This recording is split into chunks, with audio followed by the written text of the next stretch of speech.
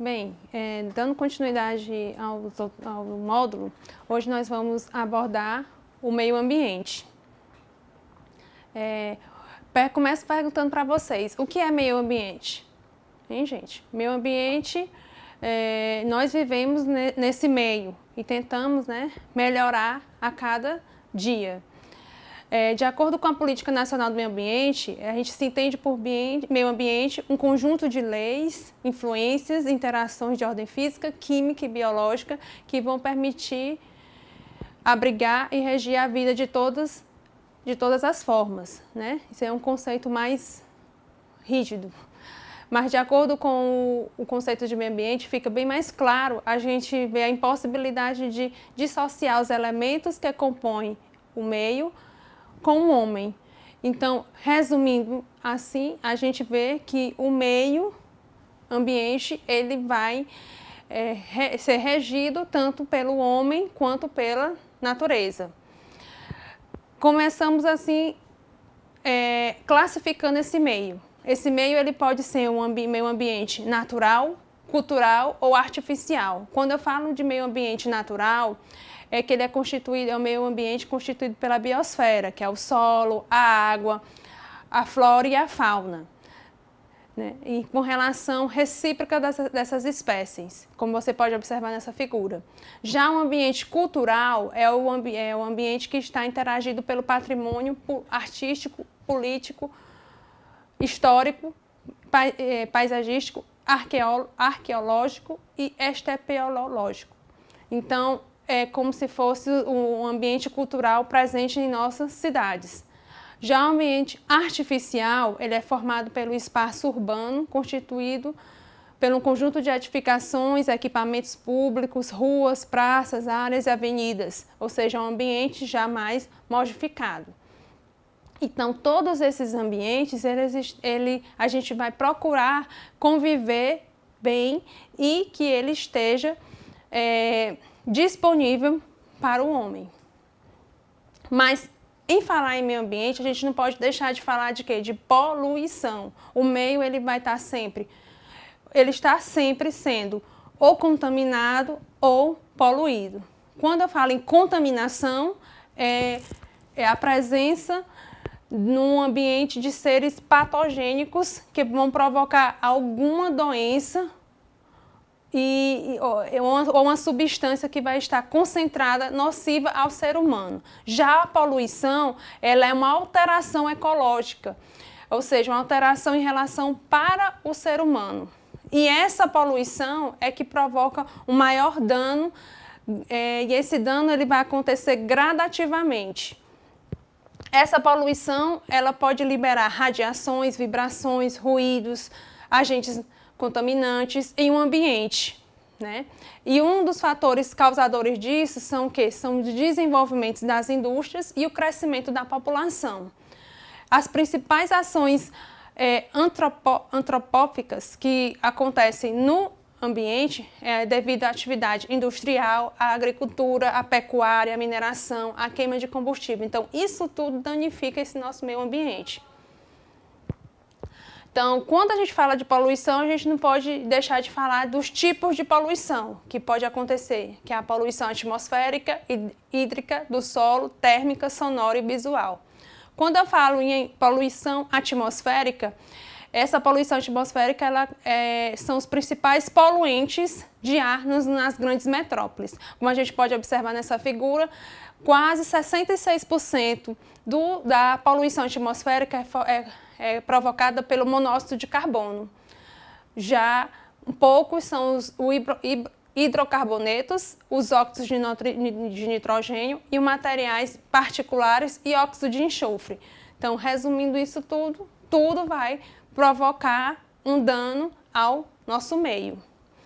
E com essa poluição atmosférica, também a poluição hídrica, que é o quê? Que são os lançamentos de dejetos humanos nos rios, lagos e mares.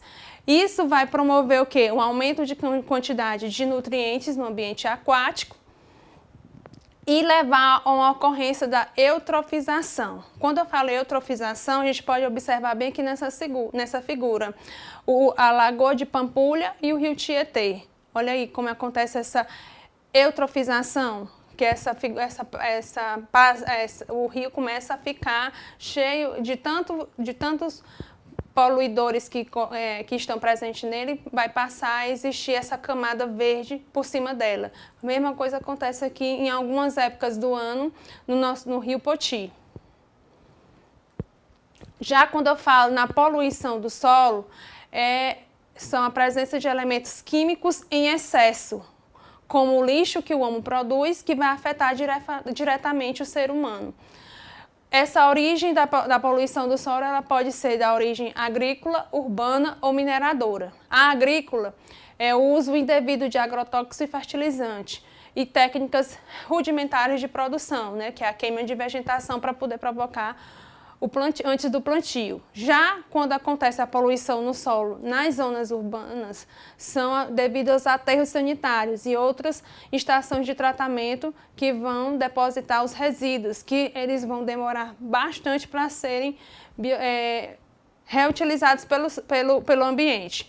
E a mineradora é o lançamento de produtos tóxicos no solo, como mercúrio, que vai fazer com que esse solo se torne estéril, sujeito a alguns ações de agentes físicos.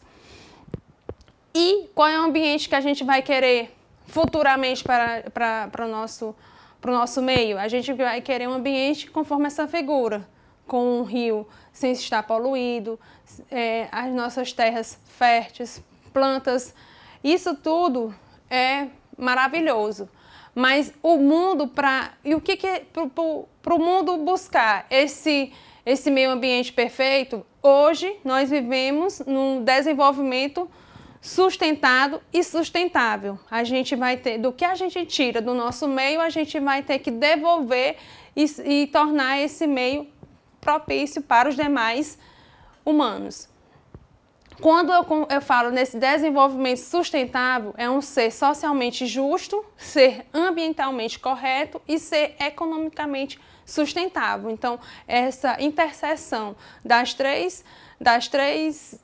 três desenvolvimentos econômico, social e ambiental, ele vai me gerar esse desenvolvimento sustentável e garantir que meu meio seja adequado para se conviver. Também a gente tem que se preocupar em quê? Em preservar. Por que eu tenho que preservar? Tenho que preservar para garantir que futuramente essas terras estejam presentes para os futuros integrantes que irão estar em nosso meio.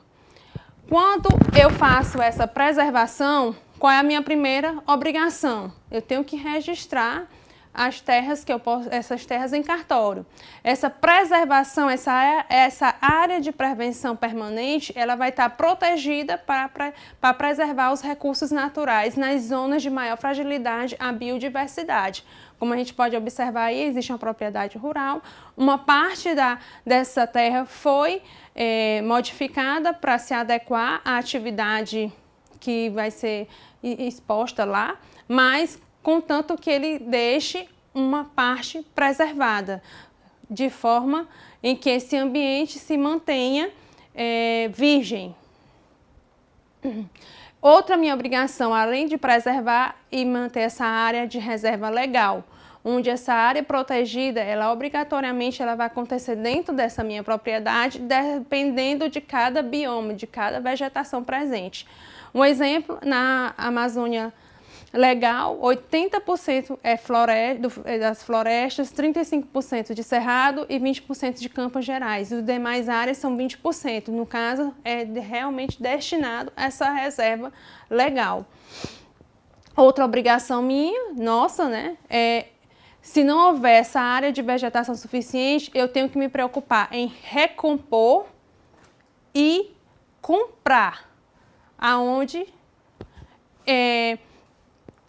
eu tenho que adequar esse meu meio para realizar as atividades que eu desejo. Quando eu falo também de meio ambiente, eu tenho que me preocupar com a legislação ambiental do Brasil. As regras que regem ela são 4 fases dessa política ambiental. Primeiro, a administração desses recursos naturais, como é que eu devo quais são as leis que eu vou obedecer? O Código das Águas e a Lei de Sistema Nacional da Unidade de Conservação.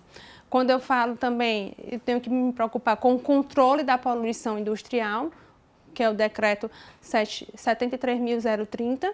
Tenho que fazer o planejamento territorial, onde eu vou fazer o parcelamento do solo, o Plano Nacional de Gerenciamento Costeiro, o Estatuto da Cidade e o zoneamento ecológico econômico. E outra fase principal da política ambiental foi a Política Nacional do Meio Ambiente, que veio para melhorar e adequar o nosso meio.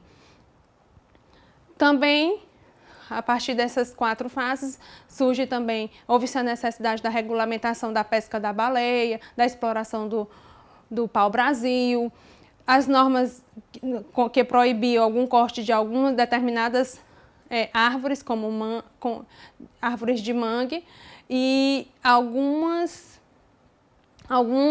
itens do nosso Código Civil brasileiro, eles já abordam as questões ambientais. Fora que em 1934, a Constituição surge os 3 códigos ecológicos, que são o Código das Águas, o Florestal e o da Mineração. E em 1940, com o Código Penal, ele vai incorporar as penas a condutas que aconteçam no meio ambiente, na ótica do setor público. E em 1981 se estabelece então o Plano Nacional do Meio Ambiente, com a CONAMA. Com esse Conselho Nacional do Meio Ambiente, a gente vai ver quais são as competências do Ministério Público, vai propor de ações civis para poder legislar o meio ambiente e o sistema integrado. Em 1985, com a Lei da Ação Civil Pública, a gente vai começar a ampliar essa criação do inquérito do civil público e em 86 a CONAMA editou sua resolução, que vai tratar mais do estudo de relatório dos impactos ambientais, que não eram feitos antigamente. E não podemos esquecer da Constituição, que o meio ambiente ele é alcançado no status da norma constitucional, cultura e meio, que vai ficar separado, e em 1998 a Lei das Crises Ambientais, que vai incorporar o conceito de culturas e meio ambiente associados, típico ações e condutas que a gente deve fazer e ampliar a pena da pessoa jurídica. Então, com isso tudo, o ambiente ainda sofre algumas consequências. E hoje a gente preocupa sempre utilizar os 3 R's, que é reduzir, reutilizar e reciclar, para que o nosso meio possa estar mais propício ao ser humano. Então, quando eu vou reduzir, eu vou tentar reduzir a maior quantidade de lixo que eu possa colocar no meio ambiente. Quando eu vou reutilizar, eu vou me preocupar em fazer a coleta seletiva e reutilizar determinados utensílios para que não haja o descarte total no meio. E reciclar é utilizar o lixo que eu faço em utilidade para o ser humano. Então, significa que quando eu altero esse ciclo, eu vou dar um ciclo de vida a algo que já existe, ou mudar a forma de utilizar a água. Quando eu reutilizar, reintegrar e ressurgir. E por hoje é só. E amanhã, no próximo módulo, a gente já vai falar sobre saúde no trabalho.